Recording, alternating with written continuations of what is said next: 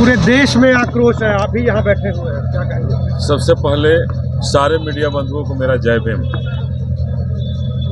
आज हम सभी बक्सर के इस बाबा साहब की मूर्ति के पास कलेक्टेरिएट के सामने धरना प्रदर्शन पर बैठे हैं और जिस तरह से बाबा साहब के खिलाफ या अपमानित करने के लिए टिप्पणी की गई भारत के गृह मंत्री के द्वारा, ये बड़ा दुर्भाग्यपूर्ण है।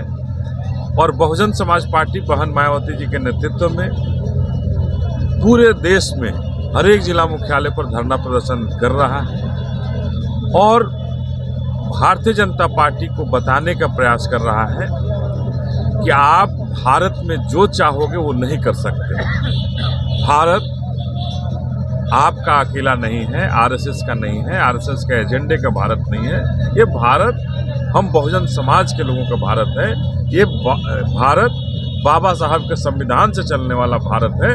ये अमित शाह और मोदी के संविधान और अडानी के संविधान से भारत नहीं चलेगा। अभी के जो सिस्टम ये जो डेवलप करना चाह रहे हैं, बनाना चाह रहे हैं, उस सिस्टम के विरोध में और अमित शाह के इस बयान के विरोध में हम सभी धरना प्रदर्शन पर बैठे हैं और पूरा भरोसा है कि इनको अपना बयान वापस लेना पड़ेगा, देश से माफ़ी मांगनी पड़ेगी और बहुजन समाज के जो लोगों से जिसको अपमानित करने का काम किया है कि अम्बेडकर अम्बेडकर अम्बेडकर, अरे हम तो सुबह उठ करके अम्बेडकर जी को देखते हैं, उनको प्रणाम करके अपने दिनचर्या शुरू करते हैं। हमारे भगवान अमित शाह और अमित शाह को मानने वाले लोग खुद हो सकते हैं। हमारे भगवान बाबा साहब हैं, थे, हैं और रहेंगे।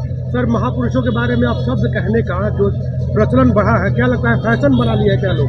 देखिए, ये हमें लगता है कि ये एक परंपरा बना लिए हैं कि इनको अपमानित करके हम बड़ा हो जाएंगे। बाबा साहब से बड़ा भारत में न कोई था, न कोई है और न कोई भविष्य में होगा। मुझे पूरा भरोसा है कि भारतीय जनता पार्टी जो कभी देश का संविधान नहीं मानने वाली पार्टी है, भारतीय जनता पार्टी जो भारत का झंडा तक को नहीं मानी, और वो लोग क्या जानते हैं भारत के संविधान के लिए कैसे क्या करना है, क्या बढ़ाना है।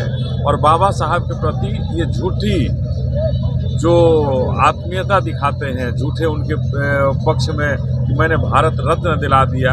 भारत रत्न से बाबा साहब को नहीं नापा जा सकता है।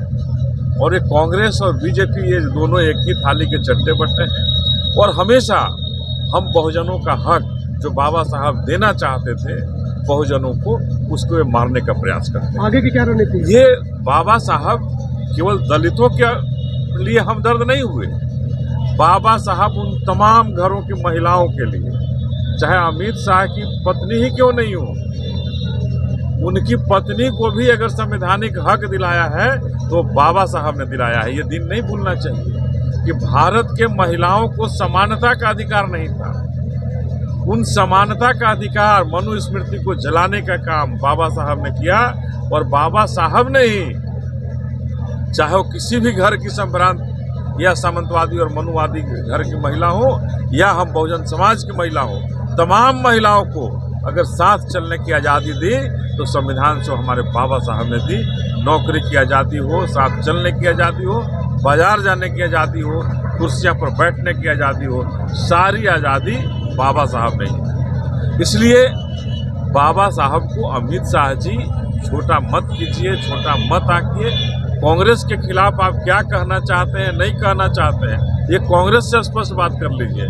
लेकिन बाबा साहब के खिलाफ टिप्पणी आप करेंगे तो बाबा साहब के अनुयायी, बाबा साहब को भगवान जो मानते हैं, वो आपको छोड़ेंगे नहीं और किसी स्तर तक जाना होगा जाएंगे। हम संवैधानिक हक और अधिकार के साथ जाएंगे और आपको उस बयान के खिलाफ आपको माफ़ीनामा मांगना होगा, बयान वापस लेना होगा और बिना माफ़ी के, बिना वापस लिए हुए बहुजन समाज पार्टी शांत आपको नहीं बैठने देगी। और आज हम पूरे प्रदेश में, बिहार के पूरे प्रदेश में धरना प्रदर्शन दे रहे हैं, धरना प्रदर्शन पर बैठे हैं और शांतिपूर्ण बैठ करके अमित शाह जी के इस बयान की निंदा कर रहे हैं। और जो बिहार के जो तथाकथित दलित नेता हैं, दलितों के हमदर्द नीतीश कुमार जी हैं, उनको भी सलाह देना चाहते हैं बहुजन समाज पार्टी की तरफ से कि एक हैवान एक हैवान के साथ खड़े हैं और कैसा दलित प्रेम की बात करते हैं। वो हैवान हमारे बाबा साहब के खिलाफ टिप्पणी करता हो और अमित शाह जी जैसा हैवान बाबा साहब के खिलाफ टिप्पणी करता हो, और नीतीश कुमार जी आप कहते हैं कि दलितों के बड़े हमदर्द हैं, दलितों के मसीहा, दलितों के भगवान, महिलाओं के भगवान, हम बहुजन समाज के भगवान पर कोई टीका टिप्पणी करे और अमित शाह जी आप सो करके आप उनके साथ सरकार चला रहे हो नीतीश कुमार जी, और आप कह रहे हैं कि हम दलितों के हितैषी हैं। कहाँ गए चिराग पासवान जी, कहाँ गए चिराग पासवान जी?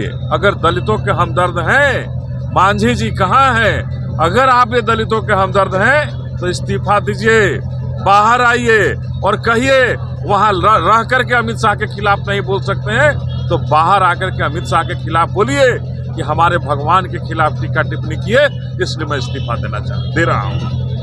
ये तो ताकत है नहीं। आप कुर्सी के लिए हम बहुजन समाज के लोगों का कब तक खून चूसने का काम करेंगे?